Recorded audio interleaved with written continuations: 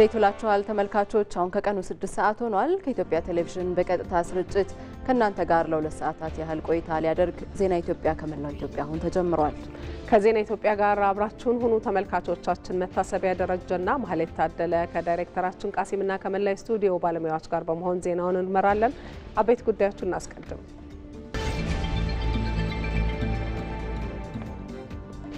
አምስተኛው የአፍሪካ አቪዬሽን ጠቅላላ ጉባኤ በአዲስ አበባ መካሄድ ጀመረ።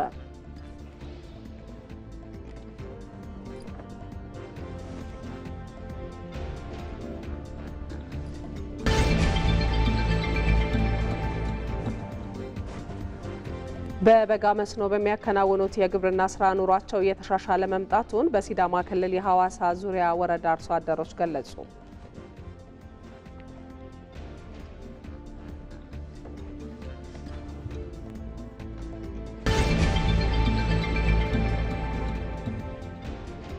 ከውጪ የቱርኪ ፕሬዝዳንት ሬሲፕ ጣይብ ኤርዶዋን በጋዛ የእስራኤልን ድርጊት በመቃወም ዓለም አቀፉ ማህበረሰብ ጠንካራና ወጥ የሆነ አቋም እንዲወስድ ጥሪ ያቀረቡ የሚሉት የዜና ኢትዮጵያ የ6 ሰዓት አበይት ጉዳዮቻችን ናቸው። ተመልካቾች ቆይታችሁን ከዜና ኢትዮጵያ ጋር ስታደርጉ ከዚህ ከዋናው ስቱዲዮ ከያዝናቸው ጉዳዮቻችን በተጨማሪ ሪፖርተሮች በቀጥታ መስመር እየገቡ ተጨማሪ መረጃ የሚሰጡባቸውን ጉዳዮችም ትከታተላላችሁ። ማን የታለ ካላችሁን ሞላ አለማየሁ በቀጥታ መስመራችን ላይ ይገኛል። የግብርና ሚኒስቴር ከኔዘርላንዱ ዓለም አቀፍ የልማት አጋር ጋር በመሆን አነስተኛ ማሳ ያላቸው የሆርቲካልቸር አምራች አርሶ አደሮች የልምድ ልውውጥ መድረክ እያካሄደ ይገኛል። ይህንኑ መድረክ እየተከታተለ ነው። ቆየት ብሎ ሙሉ መረጃውን ያጋራናል። በዜና ኢትዮጵያ ቆይታችን ባልደረባችን አልጋነሽ ተካም እንዲሁ ትቀላቀለናለች። መግቢያችን ላይ የጠቆምናችሁ አምስተኛው የአፍሪካ አቪዬሽን ጠቅላላ ጉባኤ ዛሬ በአዲስ አበባ መካሄድ ጀምሯል። ጉባኤውን ስትከታተል ቆይታለች። የተነሱ ዋና ዋና ጉዳዮችን ለእኛም መረጃዋን ታጋራናለች። በሌላ በኩል ደግሞ የማክሮ ኢኮኖሚ ማሻሻያው የቡና ወጪ ንግድ በከፍተኛ ሁኔታ እድገት እንዲያስመዘግብ ማስቻሉን ምክትል ጠቅላይ ሚኒስትር ተመስገን ጥሩነህ ተናግረዋል። እሳቸው ይህን የተናገሩት የኢትዮጵያ ቡናና ሻይ ባለስልጣን ሀገር አቀፍ የቡና ኤግዚቢሽንና የእውቅና መርሃ ግብር እያካሄደ ባለበት መድረክ ላይ ነው። አቤል ሙሉጌታ ይህንኑ መድረክ እየተከታተለ ነው። በቢዝነስ ሰዓታችን ላይ ሙሉ መረጃውን የሚያጋራን ባልደረባችን ነው። ከዜና ኢትዮጵያ ጋር አብራችሁ ቆዩ ተመልካቾቻችን። ወደ ቀዳሚው አጭር ጉዳያችን እናልፋለን።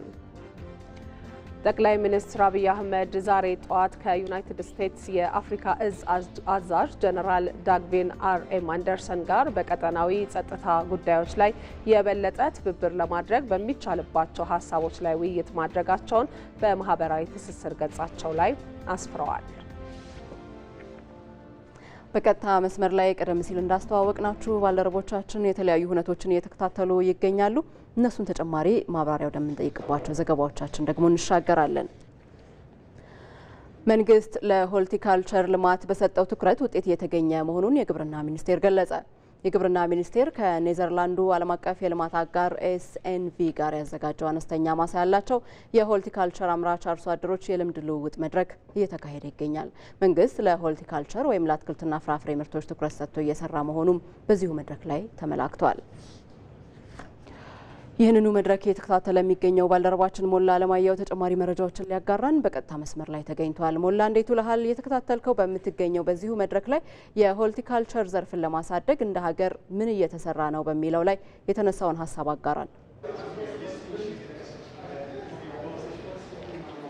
መልካም መቲ። የኢትዮጵያ መንግስት ከፍተኛ ትኩረት ከሰጠባቸው የግብርና ዘርፎች አንዱ የሆርቲካልቸር ወይም የአትክልትና ፍራፍሬ ምርቶች ይጠቀሳሉ። በዚህ ዘርፍ ደግሞ ከሜካናይዝድ ወይም ደግሞ በዘመናዊ እርሻ ከሚለሙ የአትክልትና ፍራፍሬ ምርቶች በተጨማሪ ከፍተኛ ቁጥር ያለው አነስተኛ ማሳ ላይ አርሶ አደሮች የአትክልትና ፍራፍሬ ምርቶችን ያመርታሉ። በዚህም ባለፉት ዓመታት መንግስት በሰጠው ልዩ ትኩረት ዘርፉ በተለይ ምርትና ምርታማነት እንዲያደርግ በተለይም አነስተኛ አርሶ አደሮች በአትክልትና ፍራፍሬ ምርት የተሻለ የምግብ ዋስትና እንዲያረጋግጡና እንዲሁም የተጨማሪ ገቢ እንዲያደርጉ እያስቻለ መሆኑን ነው በግብርና ሚኒስቴር የሚኒስትር ዴታው አማካሪ ከፍተኛ አማካሪ የሆኑት ፕሮፌሰር አሊ መሐመድ የተናገሩት። በዚህ አነስተኛ ማሳ ላይ የሚያመርቱ የአርሶ አደሮች የሆርቲካልቸር ምርት የልምድ ልውውጥ መድረክ ላይ ተገኝተው ነው ይህንን ንግግር ያደረጉት። መንግስት ለዘርፉ ከፍተኛ ትኩረት ሰጥቶ እየሰራ መሆኑንም አስረድተዋል። ይህ ደግሞ በዋናነት ወጪ ንግድ ምርት መካከል አንዱ የአትክልትና ፍራፍሬ ሲሆን ከፍተኛ ገቢ እያስገኘ መሆኑና ከዚህ በተጨማሪም ሰፊ ቁጥር ያለው ወጣትና ሴቶችን ጨምሮ አርሶ አደሮች ተጠቃሚ የሆኑ መምጣታቸውን ከዚህ ዘርፍ አንስተዋል። እንግዲህ ባለፉት ዓመታት ከአንዱ የዚህ ዘርፍ ማሻሻያ ሆኖ በመንግስት ከተገበሩ መካከል የሆርቲካልቸር ብሔራዊ ልማት ስትራቴጂ ነው። ይህ ስትራቴጂ የመንግስት ከሚሰራቸው ስራዎች በተጨማሪ የግል ዘርፍና መንግስታዊ ያልሆኑ የልማት አጋሮች በዚህ ዘርፍ እንዲሰማሩ እያስቻለ መሆኑ ተመላክቷል። በዚህ ዘርፍ ከተሰማሩ በኢትዮጵያ በሆርቲካልቸር ዘርፉ የአትክልትና ፍራፍሬ ምርቶችን ከሚደግፉ ተቋማት አንዱ የሆነው ደግሞ የኔዘርላንዱ ዓለም አቀፍ መንግስታዊ ያልሆነ ድርጅት ኤስኤንቪ ነው። ኤስኤንቪ እንደ አውሮፓውያን አቆጣጠር በ2016 ጀምሮ በኢትዮጵያ በተለያዩ መስኮች ላይ የተለያዩ ድጋፎችን ያደርጋል። ድጋፍ ከሚያደርግባቸው ዘርፎች ደግሞ ሆርቲካልቸር ዘርፍ አንዱ ነው። ከ2016 ጀምሮ ባደረገው ስራም ከ200 በላይ በሚሆኑ ወረዳዎች ላይ አርሶ አደሮችን ከስልጠና ጀምሮ እስከ ምርትና እስከ ገበያ ድረስ እንዲሁም የፋይናንስ ትስስር በመፍጠር አርሶ አደሮችን ተጠቃሚ እያደረገ መሆኑ ተመላክቷል። በዚህም በእነዚህ 200 ላይ ወረዳዎች ከ200 ሺህ በላይ የሆኑ የሆርቲካልቸር ላይ የተሰማሩ አርሶ አደሮች ተጠቃሚ ስለመሆናቸውም ተመላክቷል። ከቲቪቲ ወይም ቴክኒክና ሙያ ትምህርት ተቋማት ከዩኒቨርሲቲዎች ጋር እንዲሁም ከመንግስት የግብርና ባለሙያዎች ጋር በትብብር በመስራቱም በአርሶ አደሮች በተለይ ደግሞ ኤስኤንቪ የተባለው መንግስታዊ ያልሆነ ተቋም በሆርቲካልቸር ዘርፍ የአርሶ አደሮች የማሳ ትምህርት የሚወስዱበት ተሞክሮን በመተግበር የኢትዮጵያ መንግስትም የዚህ ዘርፍን ውጤታማነት ከግምት ውስጥ በማስገባት በመንግስት በግብርና ሚኒስቴር ታምኖበት ይህ በኤስኤንቪ የተገበረው የአርሶ አደሮች የፊልድ ወይም የማሳ ላይ ተሞክሮ ትምህርት በስትራቴጂው በተለይም በግብርና ኤክስቴንሽን እንዲካተት መደረጉ ተጠቅሷል። ይህም በአትክልትና ፍራፍሬ ምርት አርሶ አደሮች ከተለያዩ ዝርያዎችን ከማግኘት ጀምሮ ምርትና ምርታማነታቸው እንዲጨምር አድርጓል። ፓፓያ፣ እንደ ሙዝ፣ ቃሪያ የመሳሰሉ እንዲሁም ሽንኩርትን ጨምሮ ቲማቲም፣ የተለያዩ ምርቶች የተሻሻለ ዝርያ በማግኘታቸው ምርትና ምርታማነታቸው እንዲጨምር መሆኑን በዚህ መድረክ የተገኙ አርሶ አደሮችም ተናግረዋል። የምርት ጊዜ ባጠረ ጊዜ ማግኘት እየቻሉ ስለመሆኑም ልምዳቸውን በዚህ መድረክ ላይ አቅርበዋል። ዛሬና ነገ በሚካሄደው የግብርና ሚኒስቴርና የኔዘርላንዱ ኤስኤንቪ ባዘጋጁት በዚህ የአነስተኛ ማሳ የሆርቲካልቸር አምራች አርሶ አደሮች የመማሪያ መድረክ የተለያዩ ተሞክሮች ይቀርባሉ። በተለይም ደግሞ መንግስት ከዚህ በላይ ትኩረት በዘርፉ ምን መሰጠት አለበት፣ ያጋጠሙ ችግሮች ምንድናቸው ተብሎ ውይይት የሚደረግበት እንደሆነ ተመላክቷል። ለአሁን ያለ መረጃ ይህን ይመስላል። ሞላ፣ ስለ መረጃዎቹ እናመሰግናለን። መልካም ጊዜ። አምስተኛው የአፍሪካ አቪዬሽን ጠቅላላ ጉባኤ መካሄድ ጀመረ። ጉባኤው የአፍሪካን የአቪዬሽን ኢንዱስትሪ ምቹ ተወዳዳሪና ተመራጭ ለማድረግ ያለመ ስለመሆኑ ተገልጿል። የትራንስፖርትና ሎጂስቲክስ ሚኒስትር ዴኤታ ደንጌ ቦሩ የአቪዬሽን ኢንዱስትሪው በኢኮኖሚው ላይ የሚያበረክተው ድርሻ የላቀ በመሆኑ የሰው ኃይል ልማት ላይ በትኩረት ሊሰራ ይገባል ብለዋል። ይህንኑ ጉዳይ በተመለከተ ተጨማሪ መረጃ የምትሰጠን ሪፖርተራችን አልጋነሽ ተካናት በቀጥታ መስመራችን ላይ ትገኛለች። አልጋነሽ፣ እንዴት ቆይተሻል? በጠቅላላ ጉባኤው ላይ የሚጠበቁ ጉዳዮች ምንድን ናቸው? ዛሬ በመክፈቻው የተከናወኑትን ጨምረሽ ልትነግሪን ትችያለሽ? አመሰግናለሁ ማህሌት። አምስተኛው የአፍሪካ አቪዬሽን ጠቅላላ ጉባኤ ዛሬ በአዲስ አበባ መካሄድ ጀምሯል።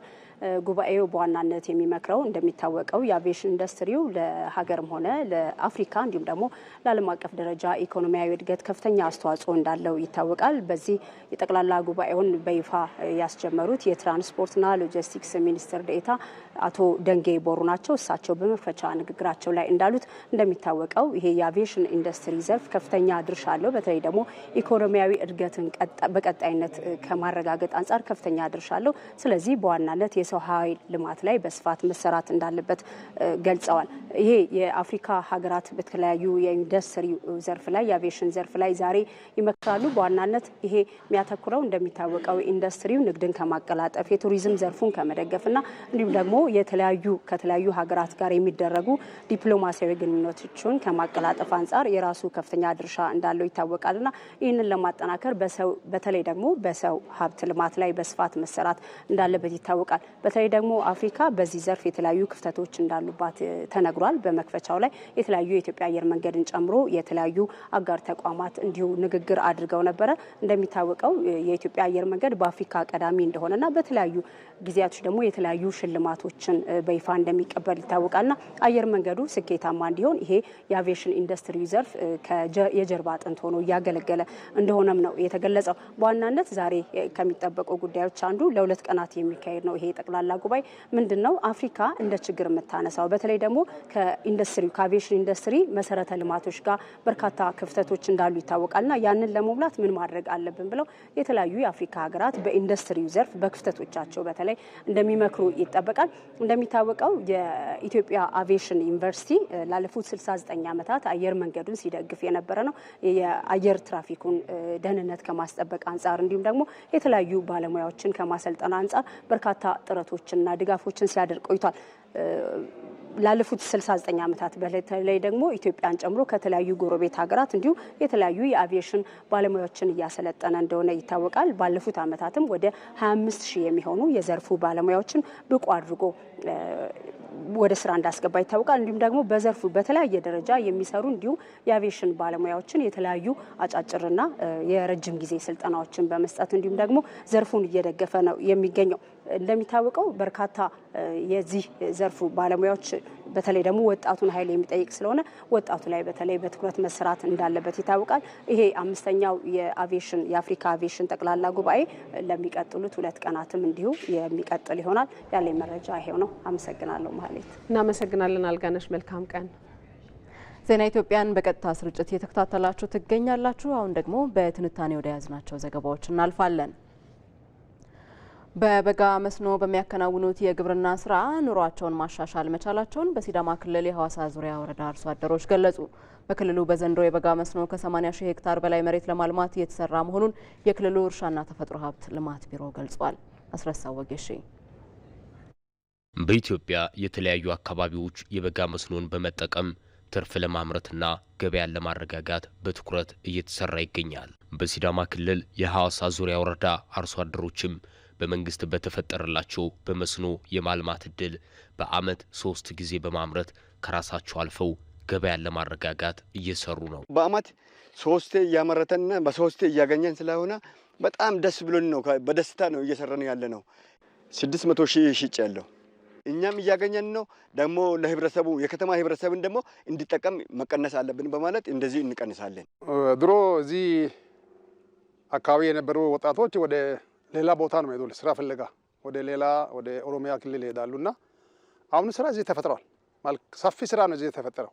ለወጣቱ ሰፊ ስራ ነው፣ ለአምራቹ ሰፊ ስራ ነው ተፈጠረውና ያመረተ ሰው የራሱም ይጠቀማል፣ ለመንግስትም ሌላ ለሸማቾም ያቀርባልና በዛው ኑሮ መረጋጋት ያለ ማለት ይቻላል። በሲዳማ ክልል በዘንድሮው የበጋ መስኖ የተለያዩ የውሃ አማራጮችን በመጠቀም ከ80,000 ሄክታር በላይ መሬት ለማልማት እየተሰራ መሆኑንም የክልሉ እርሻና ተፈጥሮ ሀብት ልማት ቢሮ ኃላፊ አቶ መምሩ ሞኬ ተናግረዋል። አሁን በዚህ ዓመት 80,000 ሄክታር በማቀድ እስካሁን ባለው ከ32,000 ሄክታር በላይ ለምቷል።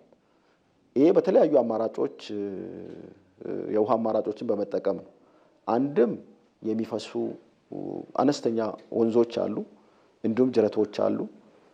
ሌሎች ደግሞ አነስተኛ የእጅ ጉድጓዶችና በክልሉ መንግስት ሀብት ፈሶበት የተገነቡ ያሉ ከ30 በላይ የመስኖ አውታሮችን በመጠቀም ከፍተኛ የሆነ የመስኖ ልማት እየተከናወነ ነው ያለው። በክልሉ በበጋ መስኖ የሚገኘው ምርት ከአርሶ አደሩ ተጠቃሚነት ባለፈ ገበያን እንዲያረጋጋ ምቹ ሁኔታ መፈጠሩንም ኃላፊው ተናግረዋል። በሁለት ዙር ነው እንግዲህ 80,000 ሄክታር መናለማው ወደ 16.5 ሚሊዮን ኩንታል ነው የሚጠበቀው። 13.5 ሚሊዮኑ በመጀመሪያ ዙር እንዲሁም ደግሞ 3 ሚሊዮን ኩንታል በሁለተኛ ዙር ይለማል። ይህ በአንድ በኩል የአካባቢውን ገበያ ከማረጋጋት አንጻር፣ በሌላ በኩል ደግሞ ሌሎች አካባቢዎች ላይ የገበያ ትስስርን በመፍጠር የአርሶ አደሩ የማምረት አቅም ከፍተኛ ሆኗል። በሲዳማ ክልል እየተከናወነ ባለው የበጋ መስኖ ስራ ወጣቶችን ተጠቃሚ ለማድረግ ልዩ ትኩረት መሰጠቱም ተመላክቷል። በቤኒሻንጉል ጉሙዝ ክልል የእንስሳት ጤናን በመጠበቅ የዘርፉን ምርታማነት ለማሳደግ እየተሰራ መሆኑን የክልሉ ግብርና ቢሮ አስታወቀ። በክልሉ እየተከናወነ ያለውን የሌማት ትሩፋት መርሃ ግብር ለማጠናከር እየተሰራ መሆኑንም ቢሮ አስታውቋል። የወተት የእንቁላልና የስጋ ምርትን ለማሻሻል በእንስሳት ላይ የሚከሰቱ በሽታዎችን የመከላከል ስራም እየተሰራ ስለመሆኑ ተገልጿል። የእንስሳት ጤናን ለመጠበቅ ቢሮው የክትባት ስራዎችን በዘመቻ ሲያካሂድ መቆየቱንም እንዲሁ አብራርቷል። በበጋ ወራት የሚከሰቱ በሽታዎችን ለመከላከልም በዚህ ሳምንት በክልሉ በሁሉም አካባቢዎች የእንስሳት በሽታ መከላከያ ክትባት እየተሰጠ ሲሆን ከ470 ሺህ በላይ የዳልጋ ከብቶች፣ 515 ሺህ በግና ፍየሎች እንዲሁም 1,089,000 ዶሮዎች ክትባት እንደሚሰጣቸው ጠቁመዋል ሲል የዘገበው ሪፖርተራችን ጀማል አህመድ ነው። የጤና መድን አገልግሎት ተጠቃሚ መሆናቸው ካልተጠበቀ የሕክምና ወጪና እንግልት እንደታደጋቸው በደቡብ ምዕራብ ኢትዮጵያ ክልል የሸካ ዞን ነዋሪዎች ተናገሩ። በክልሉ የአገልግሎቱን ሽፋን 76 ከመቶ ማድረስ መቻሉን ደግሞ የክልሉ ጤና ቢሮ አስታውቋል።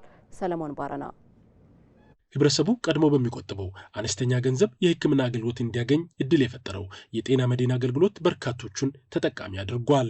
በቴፒ ሆስፒታል ሲታክሙ ያገኘናቸው ወይዘሮ ቤተልሔም ጎቶና ሼህ ሰይድ ሞዬ በሰጡን አስተያየት አገልግሎቱ ካልተጠበቀ የህክምና ወጪና ጫና ታድጎናል ብለዋል። ከመጣ ወዲህ አልጋም ትርፍ ነው።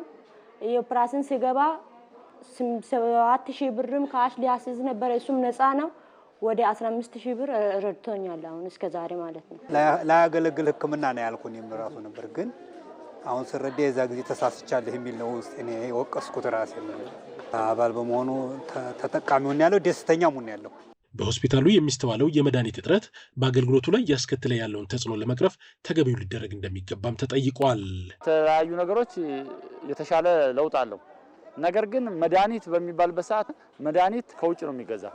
የዛ ላይ በጣም ችግር ነው ያለ። የቴፒ ሆስፒታል ስራ አስኪያጅ አስታውሰኛ ደለው በበኩላቸው ችግሩን ለመቅረፍ ተቋሙ ፍላጎትን መሰረት ያደረገ እቅድ ነድፎ እየተንቀሳቀሰ ይገኛል ብለዋል። ተቋማችን መድኃኒት የሚያገኘው ከኢትዮጵያ መድኃኒት አቅርቦት አገልግሎት ነው። እዛ ጋር ያሉት ከኛ ፈልገን ሄደን ማናገኛቸው መድኃኒት ቁጥር በጣም ሰፊ ነው። ኖርማሊ በዚህ ዓመት ለውጦች ይኖራሉ ብለን ተስፋ እናደርጋለን። ፍላጎትን መሰረት ያደረገ የአቅርቦት ይኖራል ተብሎ አግሪመንት ተገብቷል። በተቋማት የሚስተዋሉ የመድኃኒት አቅርቦት ችግሮችን በዘላቂነት ለመፍታት ከኢትዮጵያ የመድኃኒት አቅርቦት ኤጀንሲ ጋር በጋራ እየተሰራ ይገኛል ያሉት የደቡብ ምዕራብ ኢትዮጵያ ሕዝቦች ክልል ጤና ቢሮ ኃላፊ አቶ ኢብራሂም ተማም ናቸው። ያው ጅምር ስራ ስለሆነ አዲስ ኢኒሼቲቭም ስለሆነ ይሄ እንደ ማንኛውም አዳዲስ ኢኒሼቲቮች ደግሞ የራሱ መጀመሪያ አካባቢ የራሱ ውጣ ወረዶች አሉት። ነገር ግን ይህንን በአጭር ጊዜ ውስጥ አስተካክለን ከኢትዮጵያ መድኃኒት አቅርቦት ኤጀንሲ ጋር በጋራ በመሆን በአጭር ጊዜ ውስጥ አስተካክለን የመድኃኒት አቅርቦቱን ስራ 100% የማረጋገጡን ስራ እንሰራለን። እንደ ክልል አገልግሎቱን በቤተሰብ ደረጃ 76 በመቶ ለማድረስ መቻሉን የገለጹት ኃላፊው በዘንድሮ ዓመት ሽፋኑን ሙሉ በሙሉ ለማሳካት የተቀናጀ ስራ መጀመሩን ጠቁመዋል። በስልጤ ዞን መሬትን ከባህር ዛፍ በማጽዳት ለአርሶ አደሩ ገቢ በሚያስገኙ ተክሎች እየተካ መሆኑን የዞኑ ግብርና ቢሮ አስታወቀ። በዞኑ ባህር ዛፍን በሀገር በቀልና ለምግብነት በሚውሉ ተክሎች የመተካት ስራ ተጠናክሮ እንደሚቀጥልም ተገልጿል። ሳዳት መሐመድ ሳኒ ዝርዝር አለው። ይህ የምንመለከተው በስልጤ ዞን በምስራቅ ስልጤ ወረዳ የሙዝ ተክል ማሳ ነው። ከ2014 በፊት የአካባቢው ገጽታ ይህን አይመስልም ነበር። በወቅቱ ተተክሎ የነበረው ባህር ዛፍ የነበረ በመሆኑ አካባቢው ከዚህ የተለየ ገጽታ ነበረው። በረጅም ጊዜ አንድ የሚያገኙት ጥቅም ብዙም የሚያዛልቅ ባለመሆኑ ባህር ዛፉን ቆረጥ ነው ይላሉ የአካባቢው ነዋሪዎች። በምትኩ ሙዝ መትከላቸው በብዙ እንደጠቀማቸው ይናገራሉ። 2 ሚሊዮን ከምናምን ብር ተጠቃሚ ሆነናል። እንደገና ደግሞ ችግኙ ራሱ ማውጣት መሸጥ ጀምረናል። ችግኙ ራሱ በችግኙም እንደዛው ነው። 25 ዓመት የሰራ ነው ባህር ዛፍ አንድ ነገር ሳይጠቅመው የሄደው። ይሄን ደግሞ ቶሎ ቶሎ ሁሌ ማግኛት ብሎ አርሶ አደሩ በደንብ የኔ ነው ብሎ ነው ይሄን ስራ የሰራው። ባህር ዛፉ ከዛ ፊት መጠቀም አይቻልም። በ10 ዓመት አንድ ጊዜ ይሸጣል። ያን ቁጭ አድርገን ህዝባችን አወያይተን ምን ብለን ይሄን ሙዝ መቀየር ችለናል። ይሄም በዛው በስልጤ ዞን ሳንኩራ ወረዳ ውስጥ የሚገኝ ቀበሌ ነው። ይህ ቀበሌም ተመሳሳይ እድሜ በጠገቡ ባህር ዛፎች የታጀበ ነበር። እነዚህ ዛፎች ከተነሱ በኋላ በአንድ ጊዜ 3 እና ከዛ በላይ ሰብሎችን በአንድ ላይ ማልማት ተችሏል ነው የሚሉት የአካባቢው ነዋሪዎች። እዚህ ጋር ዛፍ ነበረ። ዛፉን አንስተ ነው አሁን ሙዝ ተክለናል። ሙዝ ውስጥ ማአት ነገሮች አሉ። ፍራፍሬ አለ፣ ቅመሞች አሉ። በፍራፍሬ አቮካዶ አለ፣ ማንጎ አለ፣ እንትን ፓፓያ አለ። ከጀመርነው 9ኛ ወር ነው። ግን አሁን ሙዝ ራሱ ወደ ምርት ቀይረዋል። ውስጡ ላይ ሚጥሚጣ በ3 ወር ውስጥ ደርሷል። እሱን ሽጠናል፣ ተጠቅመናል። አሁን ሙዙ ራሱ በየአንትኑ ዘሮቹ የተባዙ አሉ አይደለም። እነሱን ራሱ አንዷን በ100 ብር በ120 ብር እየተጠየቅን ነው። በወራቤ ከተማ አስተዳደር አሸቤሶ ቀበሌ ማህበር በተመሳሳይ ሙሉ በሙሉ የባህር ዛፍ ተክል በማጽዳት የአርሶ አደሩን ገቢ በከፍተኛ ሁኔታ የሚያሻሽል የሮዝሜሪ ተክል በቦታው ተተክቷል። አጠቃላይ ባህር ዛፍ ያለውን ይሄ ዙሪያ ያለው ባህር ዛፍ ምናምን ተነቅሎ ወደ ሮዝሜሪን እየተከልነው ነው። ተተክሎ ለአርሶ አደሩ ጥቅም ላይ የዋለ ነው። ከዚህም በፊት ከዛሬ 10 ዓመት በፊት ወደ ሌላ ሀገር ክፍለ ሀገር ቡና ለሸከማ ምናምን ነበር የሚሄደው ሰው። አሁን ይሄንን ተክሎ እዚህ ሁሉም ኖሮን ችሎ እዚህ እየመራ ነው ያለው። ዞኑ በአሁኑ ወቅት 8000 ሄክታር የሮዝሜሪ ተክል በተለያዩ ወረዳዎች እያለማ ይገኛል። በዚህ ዓመት እንግዲህ የሮዝሜሪን ስንተክል በሁሉም በዞኑ ቀበሌዎች ለዚህ ምቹ በሆነ ስነ ምህዳር ተከላው እንዲከናወን አድርገናል። ይሄም የአርሶ አደሩ የሚያመርታቸው ምርቶች አንድም ለውጭ ገበያ የሚቀርቡ፣ በሌላ በኩል ደግሞ የግብርና ምርትን ለሚያቀነባብሩ ፋብሪካዎች በግብዓትነት እንዲያገለግል ታሳቢ ተደርጎ የተሰራ ነው ያለው። በዞኑ ሀገር በቀል ያልሆኑ ዛፎች በሀገር በቀል እንዲሁም ለምግብነት በሚውሉ ዛፎች የመተካት ሂደት የተሻለ ሲሆን በርካታ ዜጎችንም በመጥቀም ላይ ይገኛል። ዘገባዎቻችን እንደቀጠሉ ናቸው። በጠቅላይ ሚኒስትር አብይ አህመድ ሀሳብ ምንጭነት የተጀመረው የገጠር ኮሪደር ልማት ኢኒሼቲቭ የኑሮ ዘይቤያቸውን እየቀየረና ሕይወታቸውንም በተጨባጭ እያሻሻለ መሆኑን በሀዲያ ዞን የሌሞ ወረዳ አርሶ አደሮች አስታወቁ። የሀዲያ ዞን አስተዳደር በዞኑ የተጀመረውን የገጠር ኮሪደር ልማት ለማስፋፋት እየተሰራ እንደሚገኝም ገልጿል። ኃይሉ ሚደቅሳ ነው ይህንን ጉዳይ የዘገበው። ኤልሻዳይ ወንድማገኝ እንደሚከተለው ታቀርበዋለች። አቶ ደሳለኝ ደፋርና ወይዘሮ ነጻነት ወርቁ አባወራና እማወራ ሲሆኑ በማዕከላዊ ኢትዮጵያ ክልል ሀዲያ ዞን ሌሞ ወረዳ ሰፊ ቤተሰብን አፍርተው የግብርና ስራ መስክ ላይ ተሰማርተው ይገኛሉ። ይህ ቤተሰብ እንደ ማንኛውም የሀገራችን የገጠሩ ማህበረሰብ በጠባብ ሳር ቤት ውስጥ ተጨናንቀው ይኖሩም ነበር። እንደ ኩሽናም ነበረ የምንሰራው። የእኛ ማረፊያ አልጋ እዚህ ነበር። እንግዶች ሲመጡ እዚህ እናንጥፍ ነበር። ልጆቻችን እዚህ ይተኙ ነበር። በአንድ ላይ ሁላችንም ከብትም ሰውም ማብሰያም ኩሽናም እዚህ ነበር። በጠቅላይ ሚኒስትር አብይ አህመድ ሀሳብ አመንጭነት የተጀመረው የገጠር ኮሪደር ልማት ኢኒሼቲቭ የአቶ ደሳለኝ ቤተሰብና የሌሎችን ሕይወት እየቀየረ ይገኛል። አሁን ጓራቸው በአትክልትና ፍራፍሬ ምርት ተትረፍርፎም ይገኛል። ሁሉም ነገር አሁን ቆንጆ ሆነዋል። በጣም ድሮ ግን ጭስ ነበረን። በጣም እንቸግራለን። ለእንጨት እንሄዳለን፣ ለውሃም ሩቅ ቦታ እንሄዳለን። ከተማ ያለን ነው የሚመስለው። አሁን ይሄ ማብራት ድሮ ትንሽ 300 ብር የምትገዛ ሶላር አለች። በገዛ ነው በ3ኛ ወር ይጠፋል። ልጆች ማጥናት አይችሉም። አሁን ከዚህ ለልጆች ትምህርት ቤት ለጥናት ለማብራት ብለን ኪራይ ይዘን ከተማ ነው ስናስተምር ነበረው። አሁን ልጆች አሁን እዚህ ጋር አሁን ሰንበት ትምህርት ቤት ሄደው ነው ቁጭ ብሎ ያጠናሉ። የመኝታ ችግር የለም። ሁሉም ነገር ጥሩ ነው።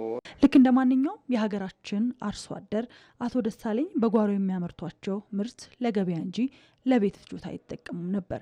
አሁን ግን ይህንን ባህል በገጠር ኮሪደር ልማት ኢኒሼቲቭ ተቀይረው የሚያመርቱትን እየተጠቀሙ የኑሮ ዘያቸውን ቀይሮ በደስታ እየኖሩ ይገኛሉ። አሁን ስናየው አንድ ላም የተገዘች ላም አለች። 10 ሊትር ትታለባለች። ከ10 ላም ማናገኘውን ከሷ እናገኛለን። እንደገና ዶሮ አለን። ዶሮ እንቁላል በየቀኑ 7፣ 8፣ 4፣ 5 ይነሳል። አሁን ጓሮ አትክልት ጎመን እዚህ አለ። ጥቅል ጎመን፣ ካሮት፣ ቀይ ስር፣ አቡካቶ እዚሁ አለ። ድሮ ይሄን አንጠቀምም። በሀዲያ ዞን የሌሞ ወረዳ አስተዳደር አቶ ታደለ ደምሴ እንደተናገሩት የገጠር ኮሪደር ልማት ፍትሐዊ ልማት ተጠቃሚነትን እያረጋገጠ ይገኛል ብለዋል። ዘመናዊነት እያገኘን ስንሄድ ፍትሐዊነትን እያረጋገጥን የምንሄደው አርሶ አደሩ በራሱ መሬት ላይ የራሱን ስራ እየሰራ ሲሄድ ፍትሐዊነቱ እየተረጋገጠ ያለ ገጠር ላይ ያለው ሰው ማብራት ማግኘት ከተማ ጋር ካለው ሰው እኩል ጋር ማብራት እያገኘ ነው የሚል እንድምታ ውስጥ ይገባል ማለት ነው። የሀዲያ ዞን አስተዳደር ጽሕፈት ቤት ኃላፊ አቶ ታገሰ ዶባሞ በበኩላቸው ደግሞ በዞኑ የተጀመረው የገጠር ኮሪደር ልማት በሰፊው ለማስፋት እየተሰራ ይገኛል ሲሉም ይገልጻሉ። በዞን ደረጃ ላይ ኮሚቴ አቋቁመናል። በግብርና መምሪያ ሰብሳቢነት ከተማ ልማት ያለበት ፕላን ያለበት እነዚህን ወደ 5 የሚሆኑ ኮሚቴዎችን አዋቅረናል። ዲዛይኖች ወጥተዋል። ለእያንዳንዱ ወረዳ 1000ን በመንግስት ብቻ የሚንሰራቸውን 1000ን ለየወረዳዎች አከፋፍለናል።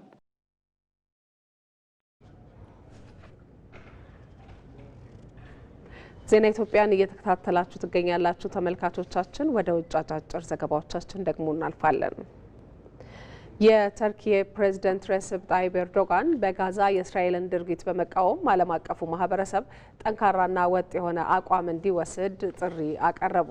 ጠንካራ የዲፕሎማሲ ጫናና ያልተቋረጠ የሰብአዊ እርዳታ ወደ ጋዛ መድረስ እንዳለበትም አጽንኦት ሰጥተው ተናግረዋል። ኤርዶጋን ከደቡብ አፍሪካ ጆሃንስበርግ በተመለሱበት ወቅት ዓለም አቀፉ ማህበረሰብ ቆራጥና ወጥ ፍላጎት ካሳየ ጦርነቱን ማስቆም ይቻላል ሲሉ መናገራቸውን የዘገበው ቲአርቲ ወርልድ ነው። አሜሪካ የሩሲያና ዩክሬን ጦርነትን ለመቋጨት ያቀረበችውን የሰላም እቅድ በተመለከተ የሚደረገው ንግግር ላይ ከፍተኛ መሻሻል መታየቱ ተገለጸ።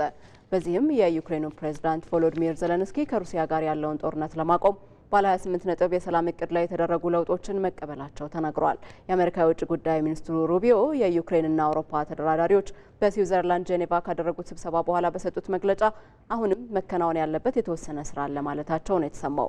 በአሜሪካ የተዘጋጀውና ለሩሲያ ያደላ ተደርጎ የታየው የሰላም ስምምነት እቅድ ሾልኮ ከወጣ በኋላ ዩክሬንና አውሮፓውያን አጋሮቿ ስጋታቸውን ማሰማታቸውን ቢቀጥሉም የሩሲያው ፕሬዝዳንት ቭላዲሚር ፑቲን ደግሞ እቅዱ ለሰላም ስምምነቱ መሰረት እንደሚሆን አጽንኦት ሰጥተውበታል። የንግግሩ ዋነኛ ዓላማ 28 ነጥቦችን በያዘው የአሜሪካ የሰላም እቅድ ላይ የሚገኙ ክፍተቶችን ለማጥበብ መሞከር እንደሆነም በማስረዳት በንግግሩ የተሳተፉ አካላትም ይህንን ግብ ተጨባጭ በሆነ መልኩ ማሳካታቸውን ነው ያስታወቁት።